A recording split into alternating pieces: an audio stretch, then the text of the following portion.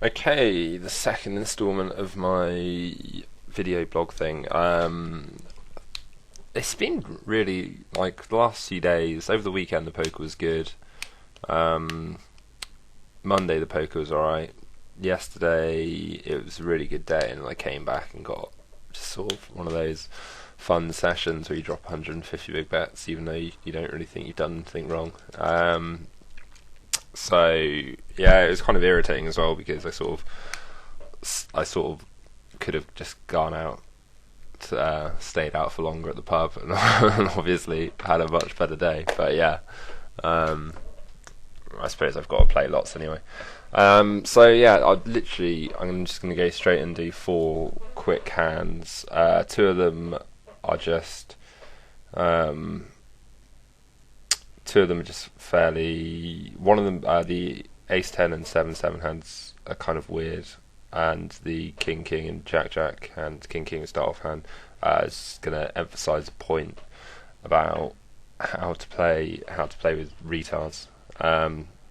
Okay, so I've been playing. I think I've been like 8 tabling 3-6 or something this morning, just literally grinding out hands. And this is a pretty good game.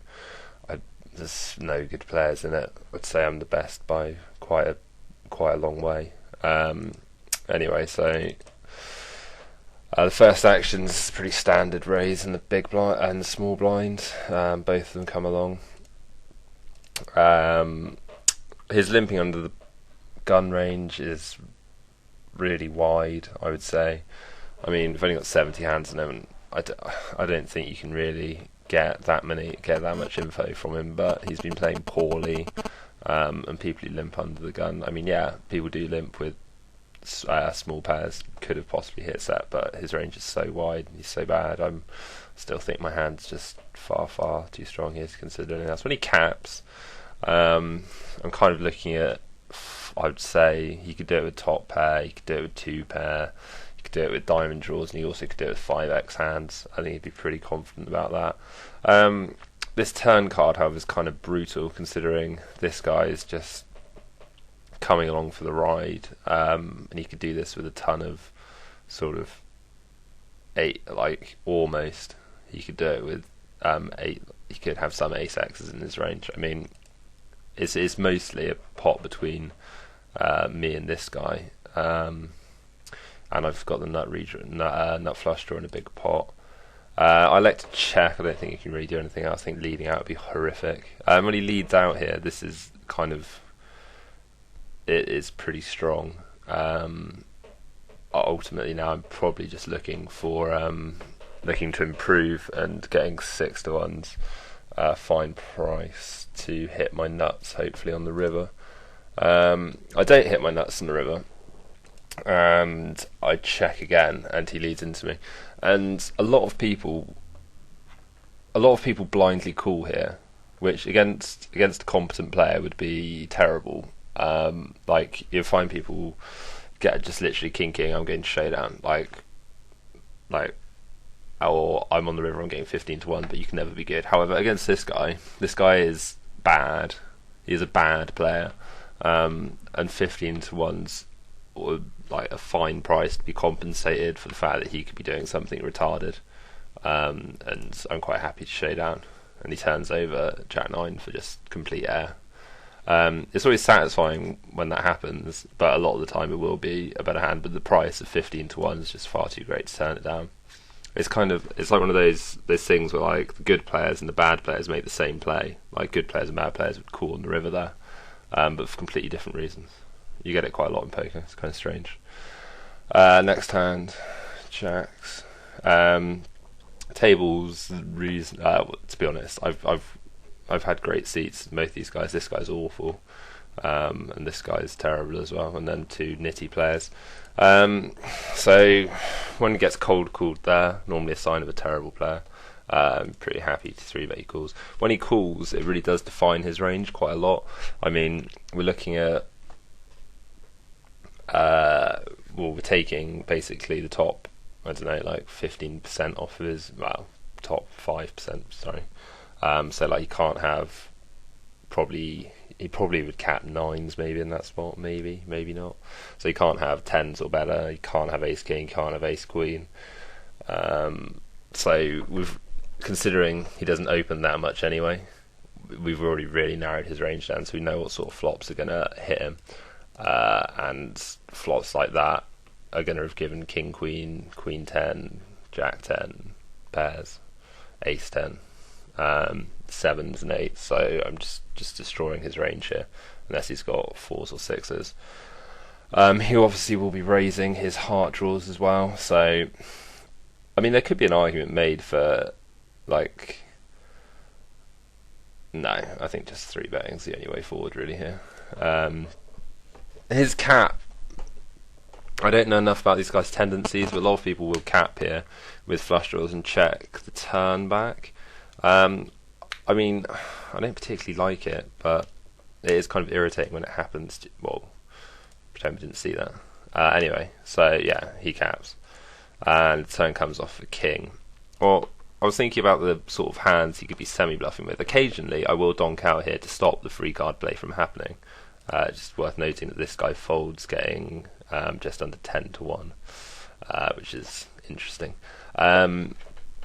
So here, occasionally I will donk out, but the king actually does fill out quite a lot of his potential sort of hearts, semi-bluffing hands, like king X of hearts, or improves king 10 to beat me, or if he's potentially got king 6 suited, I don't know, maybe. But it's not a great card, to be honest.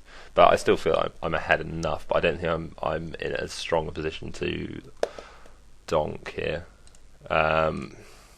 He bets, which kind of confirms that, like, I don't really want 2 bets going in on this street all that often. I kind of want like 1.25 if that could happen. On the river, it's kind of like everything's got there, and I'm just kind of hoping he plays bad poker and just can't read hands, and he's just value betting worse, which happens quite a lot with these players. So yeah, his play is really bad for a couple of reasons. One, like, I don't know, like, I do play quite a loose and aggressive style, but 3-betting in sort of protected pots out of position, my range isn't really going to be that wide. And when I don't know, I don't see why he's capping the flop there. It seems like he's just spewing money hard, but that is always nice. But the only decision really I had on that turn, on the hand, was whether to donk the turn or not, and I didn't feel that donking on a king was a particularly great card. Like a 2 of spade, or wow, to be honest, anything less than a 10, which wasn't a heart, I would have let out on. So there's quite a lot of stuff. I maybe would have even let, maybe not 10. But yeah, anyway, that's that one. This one's kind of interesting. This guy's like poor 5-10 game. I really think he's a very bad player. Even though I'm out of position to him, which is a bit annoying. But this game isn't particularly good. This is kind of like what the 5-10 games are like during the day, like 2 nits, 2 tags, and a fish-ish. He's not even like a terrible fish, but he's probably losing like maybe 2 or 3 big bets per 100. And these guys like supernova elite break even, well, losing players. I don't know too much about this guy, other than his stats look okay. This is a pretty special flop. Also, it's worth noting that his cold calling range is going to be wide. But I think I've got like 7. I stoved it earlier. I've got like 70 or 80% equity against his range here most of the time. When he raises, even though he's a bit passive, there's really nothing else to do but 3-bet. On the turn, I just think, yeah, there's nothing else to do. On the river, this is the only decision. It's like I've got a choice here of checking. The guy's passive. I think the bet goes in best by betting rather than check calling. Because if I bet, the guy's passive enough that he's not going to raise without. I honestly think he wouldn't raise. He would only raise a queen here. He wouldn't raise a 7. He wouldn't raise 2 pair. So if he's got like Jack 9, Jack 10, he's just going to flat them. However, he probably will value bet all the things which beat me. However, he will call with stuff like, I don't know, maybe he's got like ace 9, or there's value combination. There's combinations which I beat, which he'll call with, but he won't value bet with. It gets into an interesting dilemma about this as well, because some people don't value bet thin enough in these spots. So it's easy enough for me to say like, oh, if I bet, he's gonna call everything that beats me, and he's gonna call some worse stuff. But if he checks, he's gonna value bet everything that beats me. But that's not necessarily the case. Sometimes he might only value bet like 10% of his hands which beat me, and then therefore check foldings far better. But you can only really do that when you know a player a lot, or you know a lot more about them. And 130 hands is nothing, and I prefer just to put the bet in myself and then get called. Here, like, I would say the bet goes in better, but I'm not that good that often, and he's got 10-7 for the straight. This hand was kind of interesting actually, because this is a really good player actually. I think he's one of the better 3-6 players. I played with him a reasonable amount over the last couple of days. This guy's poor, and this guy's terrible. His range is really wide in the cut-off. He plays a very, very similar style to what I do, that I do, and he's really aggressive, and I think difficult to play out of position. This guy's capping range is extremely tight, looking at 10s plus or ace queen or better. And his range is still very wide. He'll call virtually all of his open there. I mean, he might fold some stuff like ace 6 off or ace 8 off, but everything else, or maybe like king 9 off, but most of the other stuff's coming along for the ride, so his range is really wide. Here was my decision. I was kind of being a bit results based about this, because I sat back at the end of the hand and was like, you fucker. It kind of annoyed me, because I was thinking, like, on this flop, his range is dominated by unpaired combos, which is important to realise with the presence of the 10.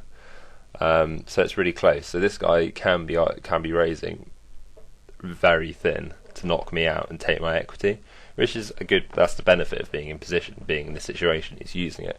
And I was thinking afterwards, actually, I should have 3-bet, but I sort of turbo folded the flop on the assumption that this is going to get quite messy and quite grim, and I can be so far behind so easily. Anyway, as it plays out, obviously he's raised worse, and I was kind of like, oh, that's got to have been a mistake against an aggressive guy like that. I went on to stove, and I had a look at the flop, and I don't know, obviously at the time I'd completely forgotten that, because he cold called the cap, that his range can include, obviously, like, wow, that's what I got his range down on the flop, sort of 14%, but he's got all of the value combos as well. He's never really raising any of this stuff, except the flush draws and obviously pair and straight combos. So yeah, it was kind of one of those things where I was kind of annoyed at the time. Well, I wasn't annoyed, but I was just like, oh, I've probably made a mistake there. And then looking at it, it's just like, I'm in terrible shape, and like it gets worse on any turn basically. Yeah, I could do the whole turn by turn equity analysis, but it's going to take ages on PokerStove, because it's an outdated piece of shit technology. Right, anyway, yeah, I'm going to go and have some lunch now and play some more poker. I hope this has been thoroughly entertaining. Right.